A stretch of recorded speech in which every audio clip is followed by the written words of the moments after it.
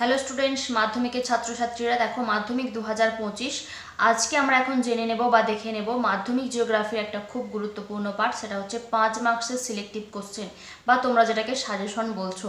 Suggestion কথাটা বলতে যদিও আমি খুব একটা পছন্দ করি না, তাও এই কথাটা শুনতে তোমরা বেশি পছন্দ করো, তাই বলছি। মাধ্যমিক জিওগ্রাফি থেকে 5 মার্কসের জন্য যেই কোশ্চেনগুলো আসবেই বা আমাদেরকে করতেই হবে, তাহলে সেইগুলো আমরা দেখে নেব। টেস্ট পেপার হাতে পেয়ে গেছো, সেই টেস্ট পেপার দেখেই তোমাদের এই কোশ্চেনগুলো কিন্তু সিলেক্ট করা হয়েছে। এই সিলেক্টিভ কোশ্চেনের ক্ষেত্রে আমার প্রত্যেকটা অধ্যায় থেকে সিলেক্ট করা রয়েছে কোশ্চেন। আমরা জানি আমাদেরকে কিন্তু প্রত্যেকটা অধ্যায় করতে হবে না 5 মার্কসের জন্য। প্রাকৃতিক ভূগোলে 3টে অধ্যায় রয়েছে, সেখান থেকে আমরা যে কোনো 2টো অধ্যায় ফলো করব, ওকে। আর একটাকে 5 মার্কসের জন্য করব না, ওকে। সেই ক্ষেত্রে সিলেক্টিভ কোশ্চেনে আমার এখানে রয়েছে মাত্র 15টা কোশ্চেন, সেখান থেকে আরও কমে যাবে, তোমরা বুঝতেই পারছো। তাহলে করতে হবে 8টা বা 9টা, সেখান থেকে কিন্তু 4টেই তোমরা কমন পাবে। তোমাদের দেওয়া থাকে 8টা, করতে হয় 4টে, সেই 8টাই কমন পাবে, এটুকু আমি বলতে পারি, ওকে। আর একটা তোমাদের জন্য গুরুত্বপূর্ণ ইনফরমেশন দেওয়ার আছে।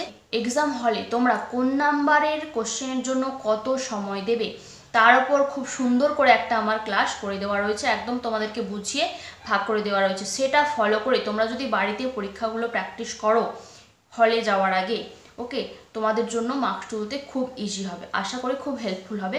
ডেসক্রিপশন বক্সে আমার লিঙ্কটা দেওয়া থাকবে, অবশ্যই তোমরা দেখে নিও, ওকে। চলো আমরা দেখে নিই কোশ্চেনগুলো। দেখো আমাদের প্রথম পার্ট প্রাকৃতিক বিভাগ। প্রাকৃতিক বিভাগ থেকে দেওয়া থাকে 4টে, করতে হয় 2টো। প্রথম অধ্যায় থেকে রয়েছে হিমবাহের ক্ষয়কার্যের ফলে সৃষ্ট ভূমিরূপ। নেক্সট রয়েছে হিমবাহ ও জলধারার মিলিত কার্যের ফলে সৃষ্ট ভূমিরূপ। নেক্সট পরের অধ্যায়ে রয়েছে দেখো বায়ুমণ্ডল, সেখান থেকে রয়েছে বায়ুচাপ বলয়ের সাথে নিয়ত বায়ুর সম্পর্ক। পাশে স্টার মার্ক দেখে তোমরা নিশ্চয়ই বুঝে নিতে পারবে কোনটা খুব ইম্পর্টেন্ট।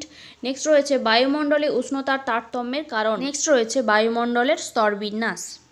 ব্র্যাকেটে দেওয়া রয়েছে ট্রপোস্ফিয়ার ও স্ট্র্যাটোস্ফিয়ার, অর্থাৎ এই দুটো স্তরকে তোমাদের বর্ণনা করতে হতে পারে বা এই দুটো স্তরের বৈশিষ্ট্য তোমাদেরকে লিখতে হতে পারে, বা বলেও দিতে পারে বায়ুমণ্ডলের স্তরবিন্যাস করে যে কোনো 3টি স্তর সম্বন্ধে আলোচনা করো, অর্থাৎ তোমাদেরকে চিত্রটা দিয়ে সব স্তরগুলো যেটা বলবে বা 2টো বা 3টে করে দেখাতে হবে। এই প্রসঙ্গে তোমাদের একটা খুব গুরুত্বপূর্ণ কথা বলে রাখি, সেটা হচ্ছে বায়ুমণ্ডলের স্তরবিন্যাস খুব ইজিলি, একদম ইজি ট্রিক্সের মাধ্যমে কৌশলে কিভাবে মনে রাখবে আমার একটা ক্লাস করে দেওয়া রয়েছে। একদম অনায়াসে 5 নাম্বার লিখে ফেলা যায় শুধুমাত্র ভিডিওটা দেখে নিলেই। আশা করছি এরপর তোমাদেরকে আর নতুন করে পড়তে হবে না, ঠিক আছে। একবার চাইলে দেখে নিতে পারো, ডেসক্রিপশন বক্সের লিঙ্কটা আমার অবশ্যই দেওয়া থাকবে। নেক্সট রয়েছে দেখো বায়ুমণ্ডল থেকে জোয়ার ভাটা সৃষ্টির কারণ এবং সমুদ্র স্রোত সৃষ্টির কারণ। আর বলছি না, পাশে নিশ্চয়ই স্টার মার্কগুলো দেখে বুঝে নিতে পারছো কোনটা কতটা ইম্পর্টেন্ট বা কোনটা করতেই হবে, ওকে। যে কোশ্চেনগুলোর পাশে 3টে স্টার মার্ক দেওয়া রয়েছে, এই কোশ্চেনগুলো তোমাদের টেস্ট পেপারে প্রায় প্রত্যেকটা পেজেই আমি কিন্তু পেয়েছি, ওকে। নেক্সট আমরা আসছি আঞ্চলিক বিভাগে। রয়েছে উত্তর ভারতের নদ নদী, দক্ষিণ ভারতের নদ নদীর পার্থক্য, ভারতের পূর্ব উপকূল ও পশ্চিম উপকূলের পার্থক্য, ভারতের পশ্চিম হিমালয়ের ভূপ্রকৃতির বিবরণ দাও।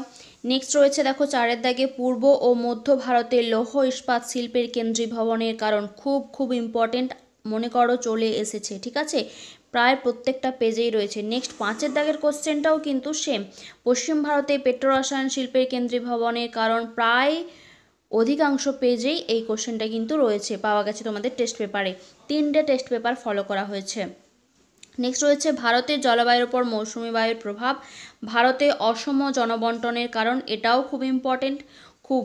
এবং নেক্সট রয়েছে ভারতে চা ও কফি চাষের অনুকূল প্রাকৃতিক পরিবেশ। গত বছর চলে এসেছে ইক্ষু, সেখানে চা বা কফি থেকে কিন্তু একটা তোমরা পাবেই।